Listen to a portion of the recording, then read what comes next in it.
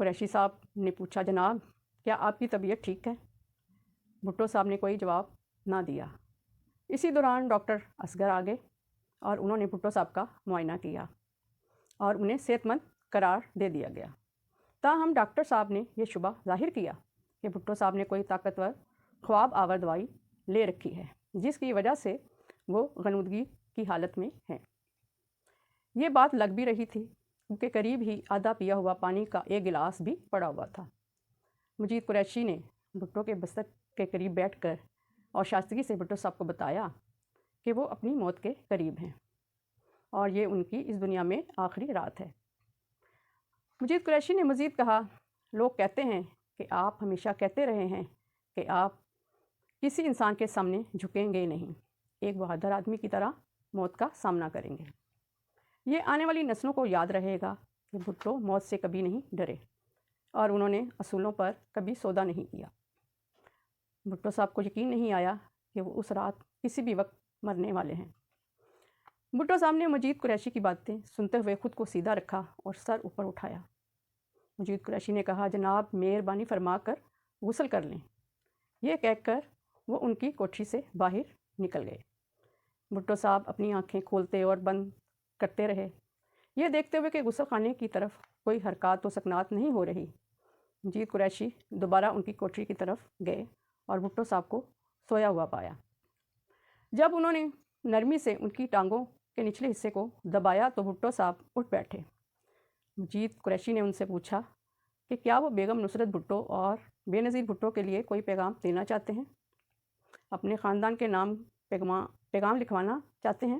بھٹو نے کہا، وہ 2 صفحات لکھ چکے تھے لیکن پھر پھاڑ دیے اور جلا دینے کا فیصلہ کیا۔ جلے ہوئے کاغذ کے ٹکڑے جلے ہوئے سگار کے ساتھ ان کی کوٹھی میں ہی پڑے تھے۔ بھٹو صاحب کی پھانسی کا وقت قریب آ رہا تھا اور بھٹو صاحب نے ابھی تک اپنا بستر نہیں چھوڑا تھا۔ یہ بڑی پریشانی کے لمحات تھے۔ مقررہ وقت کے مطابق پھانسی کا حکم نامہ جاری ہو چکا تھا۔ سپرنٹنڈنٹ جیل یار محمد کو اس صورتحال سے مطلع کیا گیا تو وہ ڈاکٹر اصغر، ڈیوٹی پر موجود magistrate Bashir, lieutenant colonel Rafi, commanding officer 27 Punjab regiment کو لے کر بھٹو کی کوٹری کے اندر آئے۔ مجید قریشی فرش پر بیٹھے بھٹو صاحب کو قائل کرنے کی کوشش کر رہے تھے کہ وہ غسل کر لیں۔ بھٹو صاحب غنودگی میں تھے۔ صاحب نے کہا کہ انہیں غسل کرنے نہیں جانا۔ مجید قریشی نے کہا، جناب کم سے کم منہ تو دھو لیں، کیونکہ بے نظیر بھٹو کی یہ خواہش تھی کہ اگر آپ کو پھانسی ہو تو آپ تر و تازہ لگیں۔ بھٹو صاحب نے فوری طور پر پلٹ کر جواب دیا، کیا میں تر و تازہ نہیں لگ رہا؟ بھٹو صاحب نے کافی طلب کی۔ اصولی طور پر سزائے موت کے قیدی کو پھانسی سے پہلے کچھ نہیں دیا جاتا، لہٰذا یار محمد نے پنجابی میں کہا، چلو جناب۔ بھٹو صاحب نے جواب دیا، ایسے تو نہیں جاؤں گا۔ یار محمد نے پنجابی میں دوبارہ جواب دیا، پھر کیویں جاؤ گے؟ بھٹو نے کہا، آپ کو مجھ پر بھرپور وار کرنا ہوگا۔ بھٹو صاحب اٹھ نہیں سکتے تھے، ان کی ٹانگیں کانپنا شروع ہوئیں۔ اس بارے میں انسپکٹر جنرل جیل خانہ جات کو مطلع کیا گیا تو انہوں نے کہا کہ بھٹو صاحب کو جیپ میں بٹھا کر پھانسی گھاٹ تک لے جائیں۔ جب انہیں بتایا گیا کہ کوٹری سے پھانسی گھاٹ تک کا رکاوٹیں بہت زیادہ ہیں، جیپ نہیں جا سکتی، تو انہوں نے کہا انہیں اسٹریچر پر لٹا کر لے جائیں۔ بھٹو صاحب کو ہتھکڑیاں لگائی گئیں اور اسٹریچر پر لٹا دیا گیا۔ بھٹو صاحب دائیں بائیں دیکھ رہے تھے۔ بھٹو صاحب نے کمزور آواز میں کہا، یہ دکھ کی بات ہے کہ نصرت اکیلی رہ جائیں گی۔ اسٹریچر تختہ دار کی سطح پر رکھ دیا گیا۔ مجید قریشی چاہتے تھے کہ بھٹو صاحب چل کر پھانسی گھاٹ تک جائیں اور موت کا ایک بہادر کی طرح سامنا کریں، لہٰذا انہوں نے بہت محبت سے بھٹو صاحب کے کان میں کہا کہ آپ ہمارے ملک کے سب سے کامیاب وزیر خارجہ، صدر اور وزیر اعظم رہے ہیں، اور ان تمام میں سے ہر ایک عہدے پر آپ کی بہادری کا مقابلہ نہیں کیا جا سکتا۔ جناب تاریخ لکھی جا رہی ہے اور آپ اپنے لیے اس کے صفحات میں جگہ بنائیں، لہٰذا کھڑے ہو جائیں۔ ذوالفقار علی بھٹو جھٹکے سے اٹھے اور مجید قریشی سے سہارا لیا اور پھانسی گھاٹ کی طرف بڑھے۔ بھٹو صاحب کو تختہ دار کے پاس لے جانے میں 10 منٹ لگے۔ مجید قریشی نے اپنا دایاں ہاتھ بھٹو کے کندھے پہ رکھا ہوا تھا۔ تارا مسیح نے ان کے پاؤں باندھ دیے، گردن میں پھندا ڈالا اور سر پر کالی ٹوپی پہنا دی۔ بھٹو صاحب نے قریشی صاحب سے کہا اسے ہٹا دو، وہ ٹوپی نہیں پہننا چاہتے تھے۔ یہ ان کے آخری الفاظ تھے۔ چودھری یار محمد نے جیل کے تمام لوازمات کو پورا کرتے ہوئے ایک سفید رومال سے اشارہ دیتے ہوئے تارا مسیح کو پھانسی کی کارروائی کرنے کا حکم دیا۔ تارا مسیح نے لیور کھینچا اور بھٹو صاحب اپنے پورے جسم کے ساتھ تختے کے نیچے خالی جگہ پر لٹک گئے جو 10 فٹ گہرا تھا۔ ان کا جسم اسی طرح آدھا گھنٹہ لٹکا رہا۔ آدھے گھنٹے بعد بھٹو صاحب کا جسم اتار لیا گیا۔ ڈاکٹر اصغر نے تصدیق کی کہ ان کی زندگی ختم ہو گئی ہے۔ بھٹو صاحب مر چکے تھے۔ وہ اپنے ذاتی کپڑے پہنے ہوئے تھے۔ انہیں حیات محمد نے غسل دیا۔ انہیں کفن پہنا کر لکڑی کے بکسے میں رکھا گیا اور اس کے بعد ان کی میت کو گاڑی میں بیٹھے فوجی دستے کے حوالے کر دیا گیا۔ یوں زندہ بھٹو جیل گئے اور ان کی میت جیل سے باہر نکلی۔ ناظرین، آخر میں میجر جنرل راحت لطیف کے بھٹو کی پھانسی کے حوالے سے جذبات اور ان کے بارے میں جو افواہیں ہیں کہ انہوں نے بھٹو کو جیل میں ٹھڈے مارے اور بھٹو سے اقرار نامے پر دستخط کروانے کے لیے تشدد کیا، اس کے بارے میں بتائیں گے۔ میجر جنرل راحت لطیف لکھتے ہیں کہ اگر اقرار نامہ ہے تو آج تک سامنے کیوں نہیں آیا؟ میری ذمہ داری تو جیل سے باہر سیکیورٹی کی تھی۔ تمام افواہیں بے بنیاد ہیں۔ میں نے تو نصرت بھٹو کے لکھے خط کو صدر تک پہنچانے میں اپنا کردار ادا کیا۔ میں نے وہ درد بڑا خط پڑھا۔ نصرت بھٹو کے خط کا نچوڑ یہ تھا کہ اگر مسٹر بھٹو کی زندگی کو بچا لیا جائے تو حکومت کی جانب سے عائد کردہ پابندیاں بھٹو خاندان منظور کرے گا۔ وہ سیاست میں ہرگز حصہ نہیں لیں گے اور وہ ملک کو چھوڑنے کے لیے بھی تیار ہیں۔ ہم 3 اپریل سے مسلسل بیدار اور دباؤ کا شکار رہے۔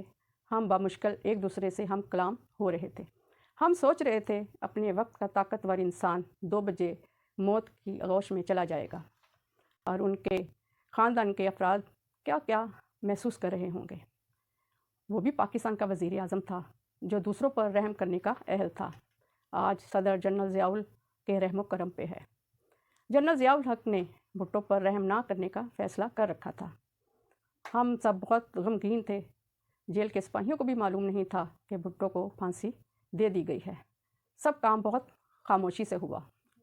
ناظرین، یہ تھی ذوالفقار علی بھٹو کی زندگی کے آخری دنوں کی داستان جو پاکستان کی سیاسی تاریخ کا نمایاں حصہ ہے۔